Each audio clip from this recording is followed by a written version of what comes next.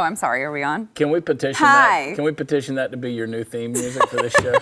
I think people might like it better than the current music. Yeah, I do. Hi, welcome to the news and why it matters. It's Monday. I am Sarah Gonzalez, and as you could see, I am joined today by two gentlemen. We've got Chad Prather, host of the Chad Prather Show. Also, Eric July, BlazeTV contributor and owner of Ripaverse Comics. I think Chad said that he is planning to cover that lovely ditty from the World Economic Forum at his next show. So We're going to do a parody of it. Are you? And it's going to be ho, ho, ho, ho, ho, ho, ho, ho. So it's similar. You'll hear the same tune, but it'll be different words. Gotcha. So where she's going, hoo, hoo, hoo, hoo. And they can find information about that show where? ChadPratherLive.com. Great. Okay. Just making sure. Yeah. All right. So I want to get into news of the day here. So this little trickle of classified document information over the weekend. The DOJ seized more classified documents from Joe Biden's Wilmington home after a 12-hour FBI search. Now, I want to be clear. Last week, we had this discussion about the Biden document, the classified document scandal, and I was very upset about the fact that the FBI raided Mar-a-Lago with guns drawn. The lawyers were not allowed to be present, right? They treated him like a criminal, and Joe Biden did not seem to be getting the same treatment. Now, I will say, it sounds to me like Joe Biden's lawyers were allowed to be there. I don't believe there were any guns drawn on the premises, but credit where credit is due. They at least wanted some semblance of making it look like they were being fair and unbiased. So the FBI did actually show up. And again, the FBI executed a planned consensual search. I love that they use the term consensual.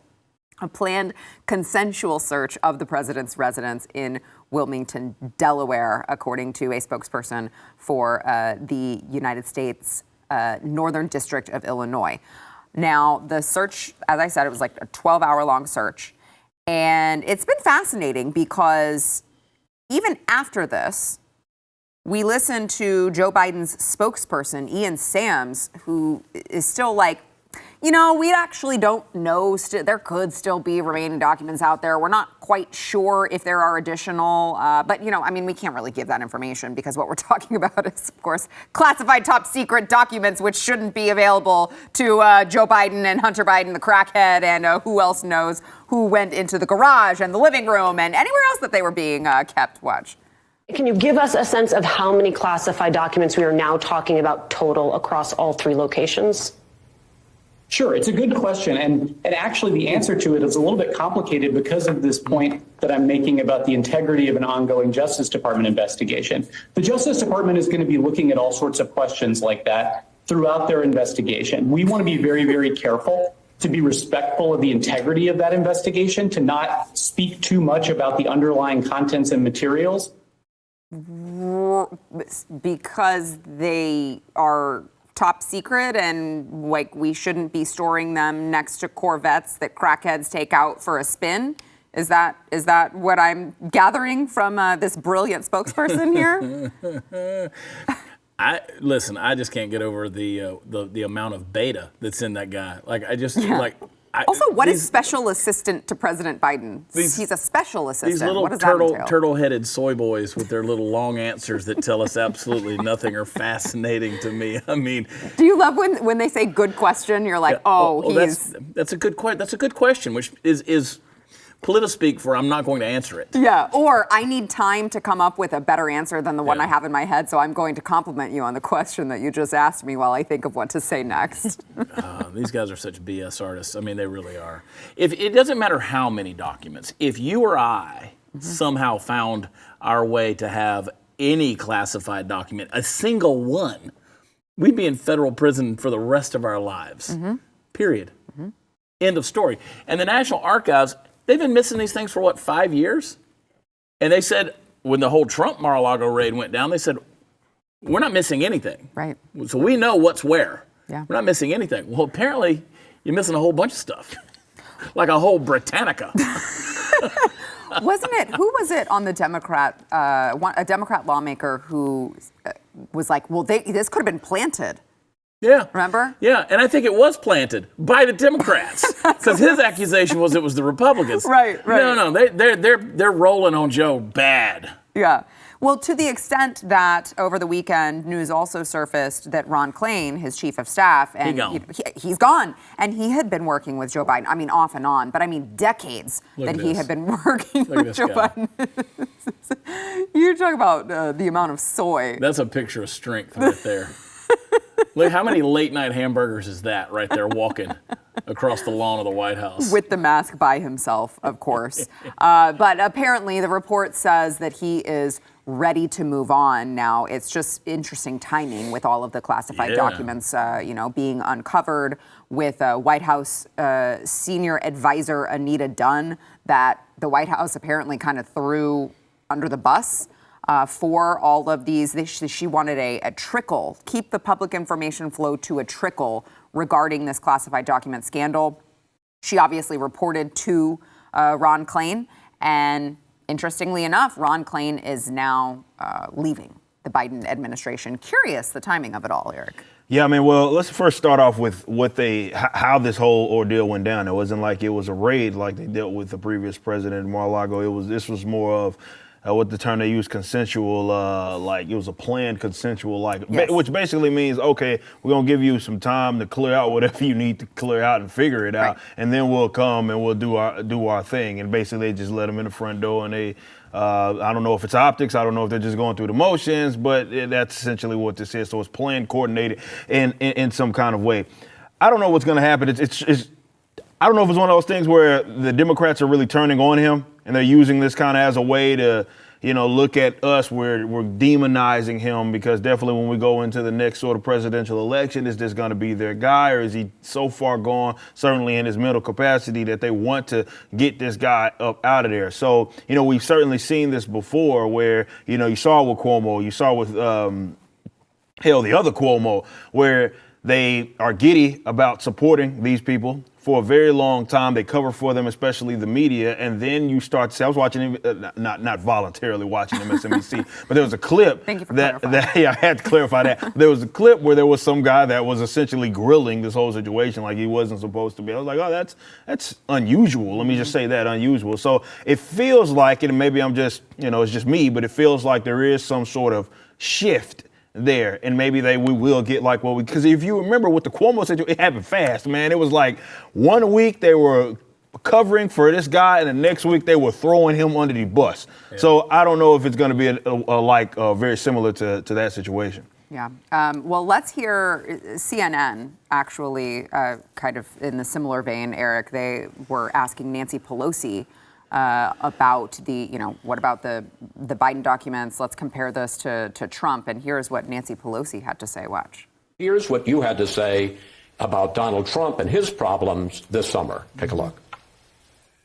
If the nature of this these documents is what appears to be, this is very serious. Very serious. Do you think that classified documents showing up in Joe Biden's office, home, 6 years after he was vice president, do you think that's also very serious? Well, it depends on the nature of the documents. What I said, as you were listening, was if the nature of these documents is what it appears to be. We don't know. What we do know is that at least some of them, when it comes to Joe Biden's documents, were top secret, which is, again, the highest classification, the most secret classification that you can make any of these documents.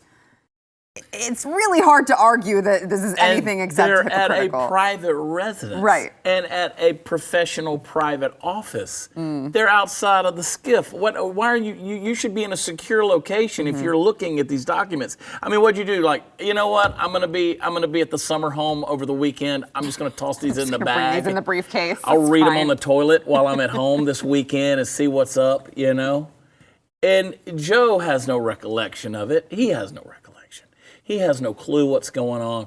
Joe is floundering. He is worse than when he was on Martin Luther King Jr. Day, when he was in that black church and they were all clapping and he was lost as a goat in a hailstorm. That's Joe about this whole scenario. He just wakes up every day and somebody tells him what's happening in life. It has to be the case. Of course. Yeah. He's so far gone he doesn't have a clue. The elder abuse that still continues with somebody like, say, Dr. Jill Biden, who is still going to sit back and watch her husband go through this and what's coming, the grilling that's going to come on this poor old man. It's going to make the Iran-Contra affair look like play school. Yeah. If they have their way, because they got to crucify him. They've got to crucify him. Yeah. Eric. No, that's correct. I mean, I don't expect those guys to be consistent about this issue at all. But I think that's the important piece of it. I mean, we just went through this with the whole Trump situation. And we saw the pundits. We saw people connected to the Democratic Party that were acting as if, well, we got them, right? This is unacceptable. Nobody should ever be doing this and yada, yada. And now... It didn't take long. I don't know if it was even a year. Where was that Mar-a-Lago raid? That was not that long ago. No, it was over the summer. Right. It was so. It wasn't that. It wasn't that long Six ago. months ago. And now it's more of, well, context all of a sudden matters and everybody cares. And that's the thing. If you don't care about the classified documents, or you just think that, well, of course this person was the president or was tied to of course they're going to have class. Okay, then have that be your position consistently. What you can't do is that when it comes to the guy that you don't like, right, that has a R next to his name and you've been told is the most evil fascist of all time.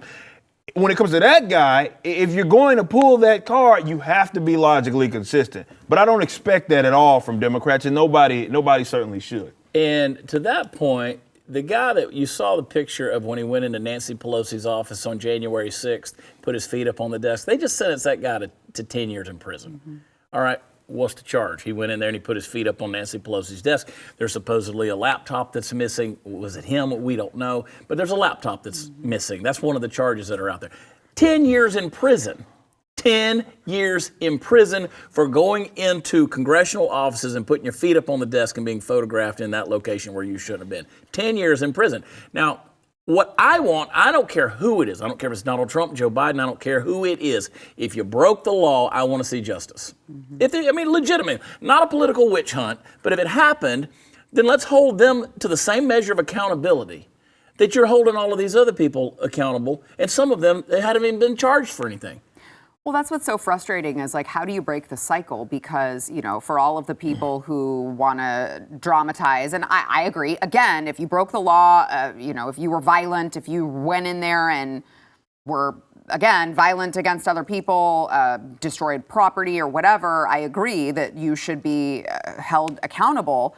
However, it's just very difficult to take the lecturing from the same people who stood by while buildings burned to the ground, cities burned to the ground. I had someone come after me today on Twitter because I said, I'm not going to be lectured to by people who were totally fine with entire cities being burned down. And he's like, well, actually, the entire city didn't burn down. It's like, okay. Right, you're purposely, pretending like you don't understand the point because you don't want to admit that the point is you guys are not going to lecture us on all of a sudden you give a crap about violence when you had absolutely no problem when people were looting, Nike stores because some random black guy died that they didn't even know.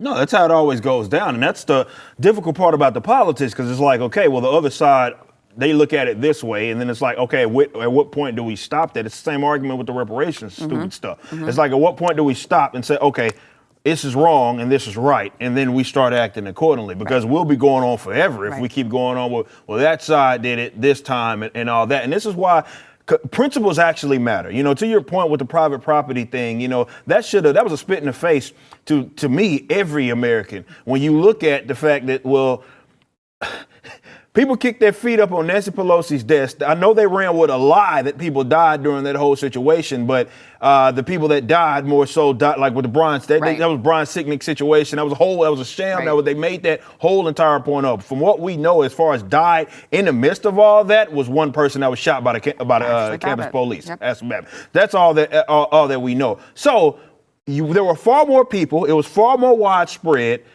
when it came to the sum of love in 2020, people actually died, right? That's a factual statement.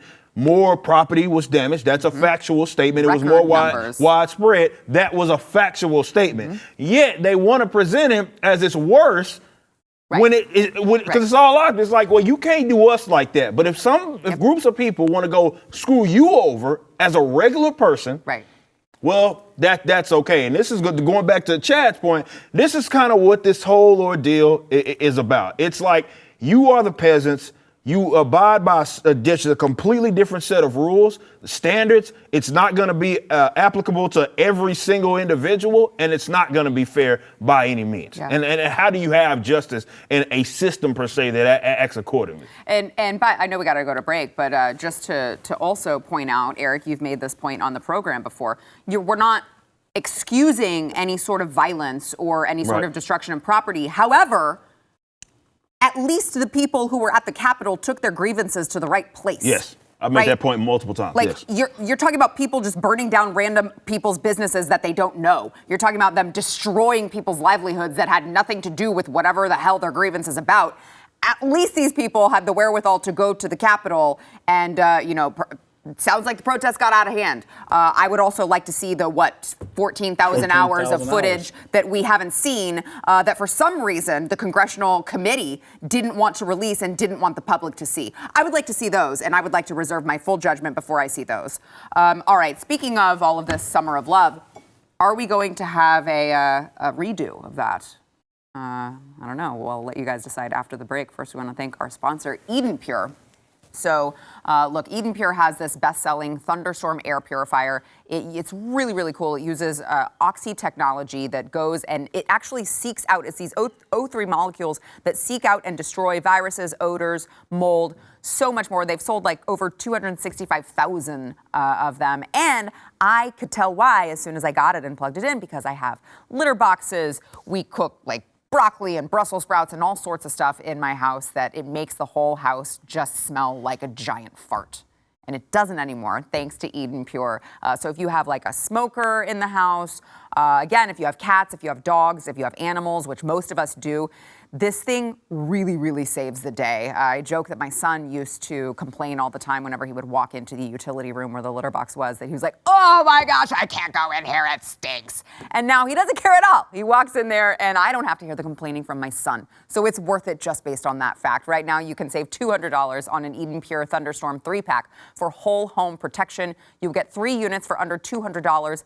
Trust me, you will put them all over your house. Put one in your basement, bedroom, bathroom, kitchen, wherever you need clean, fresh air. You can go to EdenPureDeals.com, put in discount code Sarah3 to save $200. That is EdenPureDeals.com, discount code Sarah3.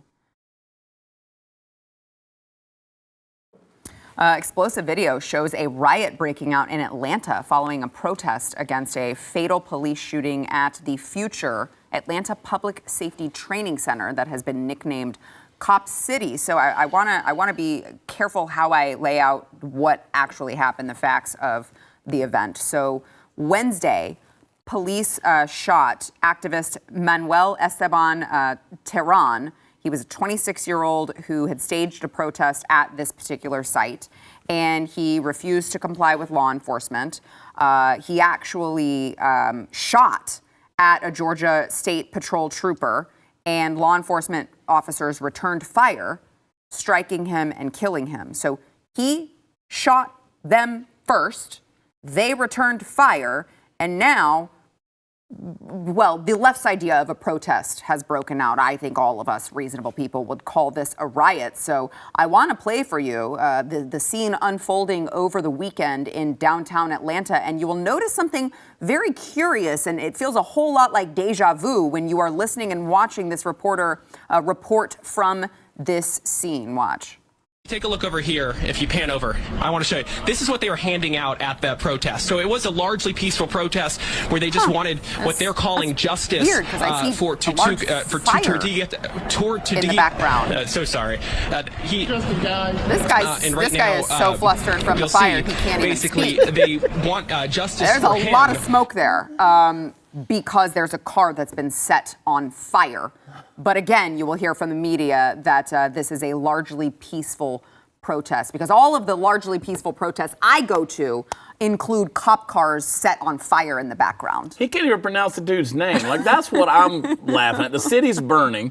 You're trying to justify the largely peaceful protest. You can't even pronounce the guy's name that they're supposedly protesting about. So the whole thing is a joke. But again, this is the scenario. You know, you're just going to keep seeing this played out over and over again. Well, I mean, again, it's like these people are just useful idiots. I don't understand why why are we protesting for a man who literally shot at police and they returned fire? Like, what were they supposed to do? Just be like, oh, it's fine. He's an activist. We'll let him shoot us up. We don't have families to come home to. This is Antifa, for those of you who are watching. Antifa just hitting, trying to, throw rocks at these windows at a bank. Well, they throw like girls, like biological girls. Well, I mean, they probably have not a lot of testosterone. I probably have more in my body than they do. Lots of estrogen, lots of soy. So that probably is the case. But to answer your question, any excuse will do. That's why they do it. Right. Any excuse will do. Right. These are thugs. I mean, they what really did Wells are. Fargo do to you? And you know what? I love largely peaceful. That's largely peaceful. I love that in this particular case, I saw a lot of white people there, like right there. I find it fascinating because I would just like to point out, Chad called them thugs. I would call them thugs. I would call them animals. The same thing that I said when it was in the summer of 2020 and people told me that I was being racist. I'm like, no, anyone who's going to go to a building and loot it and destroy it and burn it down because they're upset about something else is an animal, is a degenerate, is a criminal. I don't care what color they are. So the same thing stands for these idiots who are going in and destroying private property for what?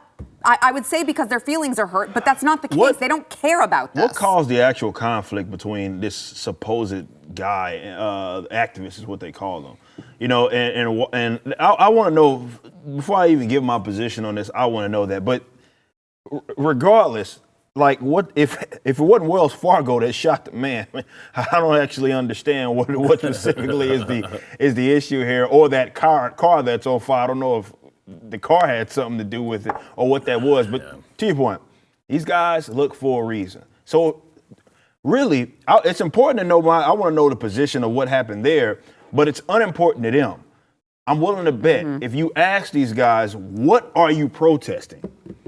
Probably won't even know. They don't have a clue. They have no idea. They'll say that, hey, a guy got shot, and they're like, who? They're probably like, they probably don't even know. You've seen some of these men on the street videos. It goes exactly like that. These guys have no idea what's going on because they're looking for a reason. And to me, I guess what's frustrating as an onlooker is that people act as if this is like something that we just have to put up with. Right. As if it can't be. This is an easy resolution. The easy resolution is allow people, by whatever means necessary, to be able to protect their property. Right. That stuff stops overnight. The issue, however, is that when these animals, calling them what they are, get to lashing out, is that we have to, as a property owner, sit and think twice about whether or not we retaliate and if we're going to be the ones that are punished. You'll be the one that gets arrested. That's how it generally happens. We saw it happen in Minnesota, which is if I'm not mistaken, a duty to retreat state. So you can basically, unless you're feeling for your life and like running and trip over something and the guy's about to stab you last minute, that's the only time you can basically shoot him. You can't protect your property like that. We saw that pawn shop owner go to jail over this when a looter came in. He got blasted out of that bad boy, exactly like what should have happened to him.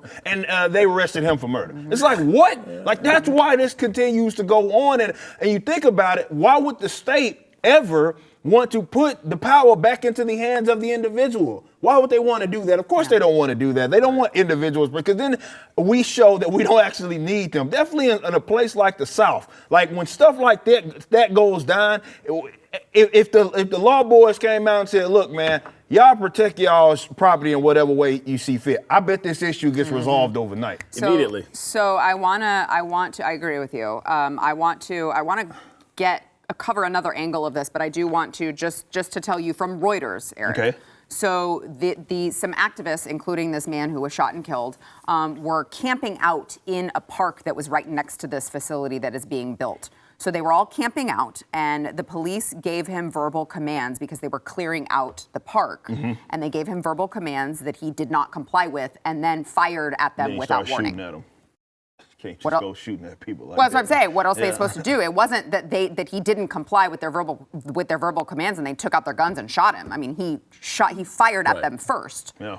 And didn't comply. And if you see the press conference with the chief of police there, I mean, he spelled it out. He's like, this wasn't excessive force. This was a return fire. Right. And to your point, Eric, people would say, what do you want, Wild West? Well, it wouldn't be wild for long. That's for sure. That looks pretty freaking Wild West to me right there. That's a good point. That's a great point, actually. That's exactly what it ends up looking at. People talk about this turmoil and destruction that will go down in the event that people were allowed to protect themselves as opposed to relying on the government. They refer to the Wild Wild West. I'm like, dude, did anybody pay attention to the Summer of Love in 2020? What did that look like? That didn't look like a bunch of peaceful, people that cared anything about, honoring contracts or anything. Nobody cared about that. When they set up the Chaz or Chop Zone in Seattle and they put the whole boundary and made their own little city within the city, they couldn't get along with each other. Yeah, true. Yeah. People died in that. That's true. So in this, there were a couple arrests made. One of them was the son of Democratic whip of the House of Representatives. This is Representative Catherine Clark, who tweeted out, last night, my daughter, I'll get to that in a second. Last night, my daughter was arrested in Boston, Massachusetts. I love Riley, and this is a very difficult time in the cycle of joy and pain in parenting. This will be evaluated by the legal system, and I am confident in this process, which, by the way, this was a different the same night, this was a different violent Antifa protest against police. So same sentiment, different location.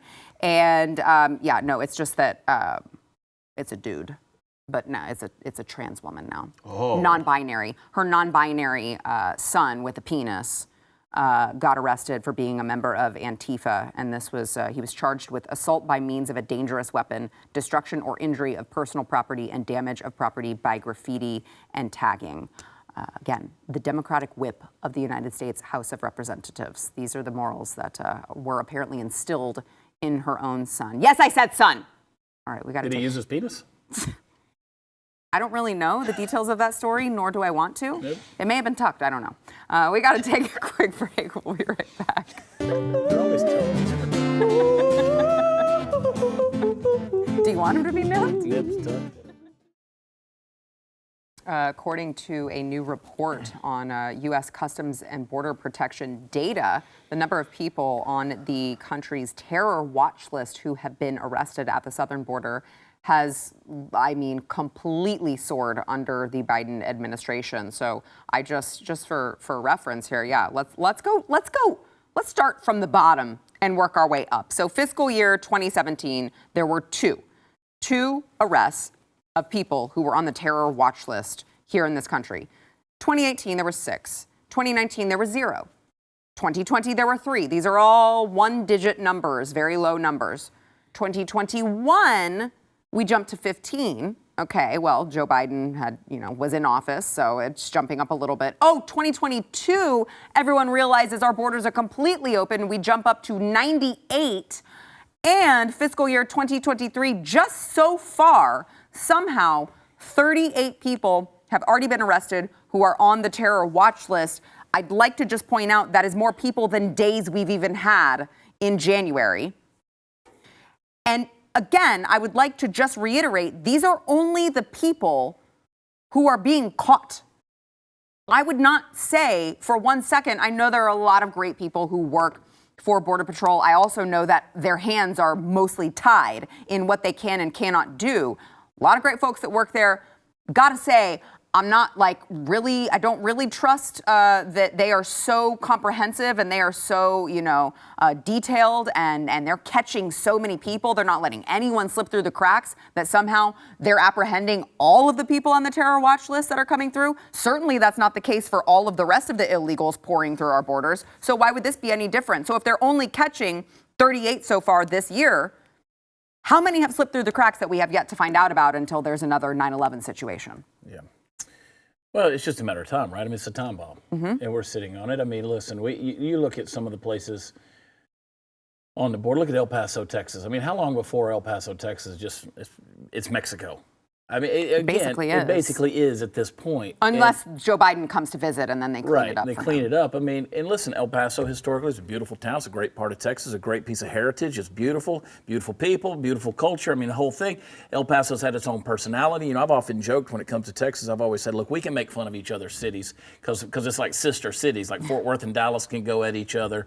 You know, we can make fun of Houston versus all. And it's like, we're okay. But now you're looking at it and you're like, I don't even recognize some of these places anymore. And it's a damn shame. But again, look at the violence that's happening. Look at the intrusion of the cartel influence that's there, the bringing in of the drugs, not to mention just the human beings, the trafficking, the sex abuse, the rape, the murder, all of these things that are happening. And we just turn a blind eye to it. I mean, how long is that going to happen? When you, in the name of political correctness, you can't use words like assimilation, you can't say illegal, you can't say alien, you can't use any descriptive word like that because, again, it might offend somebody. Well, you know what offends me is rape and murder and drug overdoses and you know, those kind of things. Again, it's like we said in the last segment talking about, that's the Wild West when you've got, you know, cities burning down and then we talk about a sense of justice and then, oh, y'all just want chaos. No, we want some form of justice happening here. Yeah. Lives are at stake. Yeah. This administration doesn't care. No. By the way, just for reference, this Customs and Border Patrol, the CBP, has estimated approximately 1.2 million people who have gotten away.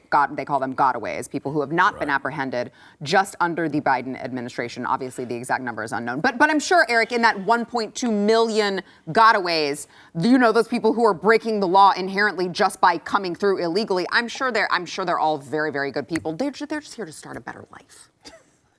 Some are, and probably a lot of them aren't. Look at this. Like, I think that stat is probably so useful to point to kind of how the culture has changed kind of at the like, let me say, the approach to be it apprehension or whatever it is you want to call it. You don't get a spike like that because, I mean, maybe they'll take credit probably and think, hey, we just became more efficient. I'm like, I don't think that had anything to do with it. I think that people are just finding out that it's more advantageous to go that route. Right. People that wish to, let's say, do harm.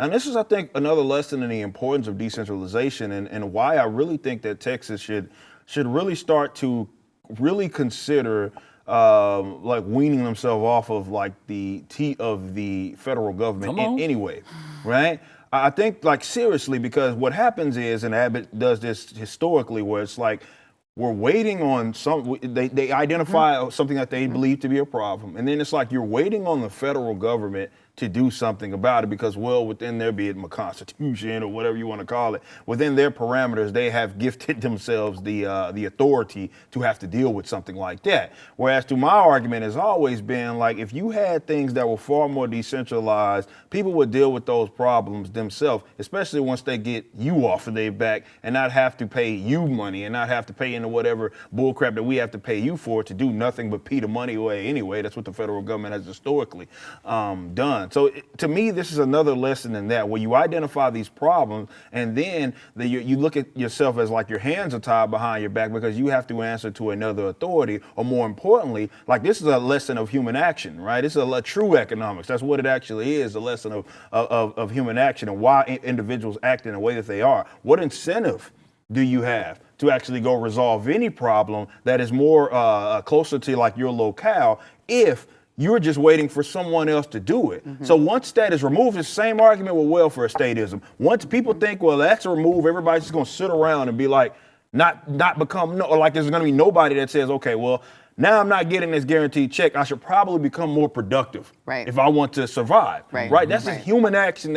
You'd see more incentive, people coming up with creative ways to deal with these sorts of problems. But we're not allowed to do that because we got this big, massive, bloated government. And on the issues that people feel like, even if I concede it as like, I'm not a minarchist, but, you know, minarchists look at it like, well, securing the borders is one of the things that the government should be doing. Okay, if I conceded that for the sake of this conversation, I think Texas is more suited to deal with that problem as opposed to the federal government. I have a feeling you have some thoughts on that.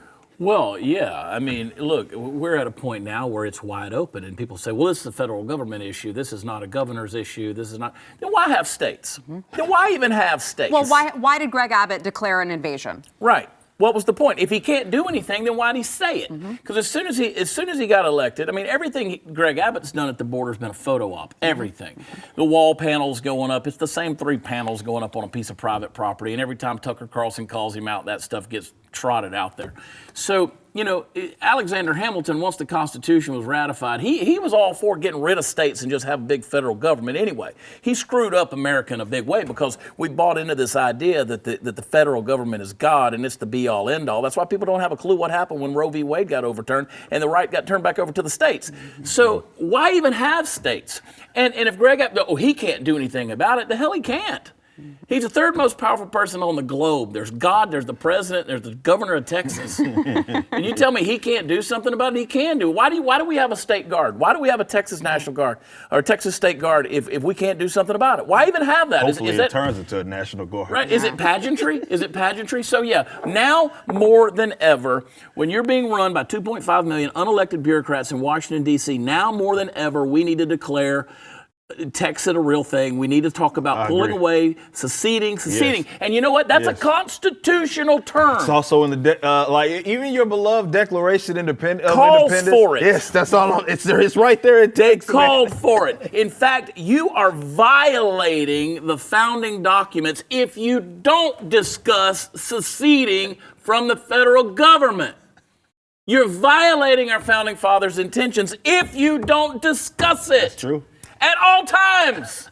At all times. You know what? The sun may come up and it's 72 and breezy outside. You go, it feels good in America. We still need to be talking about secession.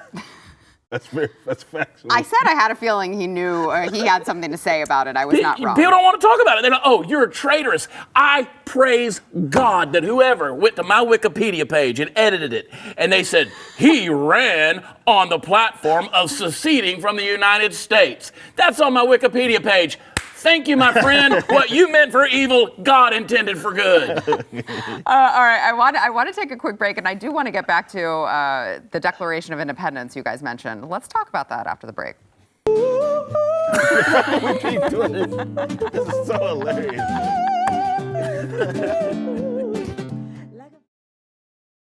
Yesterday, Vice President Kamala Harris gave a speech in Tallahassee, Florida, on the issue of abortion, where she quoted, you got to give props to her, okay, she did quote the Declaration of Independence, except she kind of left out that part in the Declaration of Independence where all Americans are entitled to the right to life, conveniently, as she's talking about the issue of killing babies. Watch. A promise we made in the Declaration of Independence, that we are each endowed with the right to liberty and the pursuit of happiness. Yeah, I guess she wouldn't want to acknowledge that everyone has the right to life when talking about mothers being allowed to kill their own babies. But it's fascinating to me because it sure feels like an admittance that that is actually a life, that is actually a baby, that is actually a child. Otherwise, why not just quote the whole damn thing the way it reads? Yeah, if that's the definition of life, and you know that you are going to be violating life with abortion, then you should, again, if you're redefining what life is, then why don't you just use the word life since you've created a whole new definition for it? Right.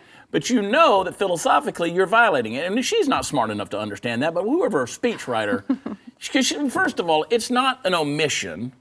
This is purposeful. So just remember that, first of all, she doesn't know the Declaration of Independence. So it's not like she knew what to omit anyway, because she omitted quite a bit. You know, the whole thing about being endowed by your creator with certain inalienable rights, meaning that among these... meaning that it doesn't come from the government, right, which is the important part. Right. Life, liberty, and the pursuit of happiness. So she left out endowed. I mean, who doesn't love that? By your creator with certain inalienable rights, that among those are life. Life. And again, she can't say that because even she doesn't believe her own BS definition of when life begins. Yeah. Eric. It's so awesome to watch these weirdos appeal to these documents that they don't read. They don't have a clue. Yeah, they don't actually read, but they do it when it's when they think that it's convenient, Right. and they can make a point. Because when you actually read, Declaration of Independence to me is one of the most libertarian documents that has ever been crafted. By even though you may look at it as like, okay, what came first, chicken or the egg, because of who it came from. Nonetheless, of all of the documents that we look at, founding documents, that to me is the most. If you actually read it, is the most libertarian. Specifically, the part where, which is my favorite, where it says that it's the right of the people to alter or abolish. It's literally abolish the government. Should it basically be intruding on people's rights, which I think it's well beyond that. If she actually read that, she quit. All of them will quit because all of them are a bunch of criminals that are ruling over this massive geographical area. But they do that all the time. I don't think anybody, for the most part, actually reads these documents, which is why they are so quick to redefine terms and so quick to like only appeal to like one sentence in it and don't actually even read that particular sentence actually in context, which is why even with the Constitution, the whole right to bear arms situation, how that somehow gets just, which it seems pretty blatant as far as what it means, but you have this long-standing debate on what it actually is. Yeah. Because people have to do that because they know it gets in the way. And this is why I don't focus. I often focus so much on those documents. I focus on the principles. And yeah, we are as individuals, because we exist, because we live in the world, we have these rights. And basically among those are this whole concept of what life is, freedom, what that is. Basically, it's the right of private property, starting with yourself, and that you own your actual self. And, you know, that's where kind of the non-aggression principle and axiom kind of comes from, and those general concepts that I generally believe in, but they don't. I mean, Kamala can't even none of these government officials, now that I think about it, can really like lean on like this concept of liberty and what it is that they mean, because actively they intrude on it every single day. In fact, they try to justify their righteousness, and that's on them to do that. They get to do that. They get to impede upon your rights. They get to use aggression upon you because, well, they're part of the upper echelon of society and we're part of the government. If they actually read that document, they'd understand that half these guys should not exist. And like I say all the time, your beloved founder certainly went to war for a lot less. I mean, I just, did my last quarter like taxes. Man, 3% was all that it took, and y'all's founder was ready to, all right, that's it. We about to start airing people out. I know. We just had the same conversation last night. Yeah, all right, we got to take a quick break. We'll be back. Just say it, 3%, that's all it took. And they were like, all right, we're done here. So we were talking about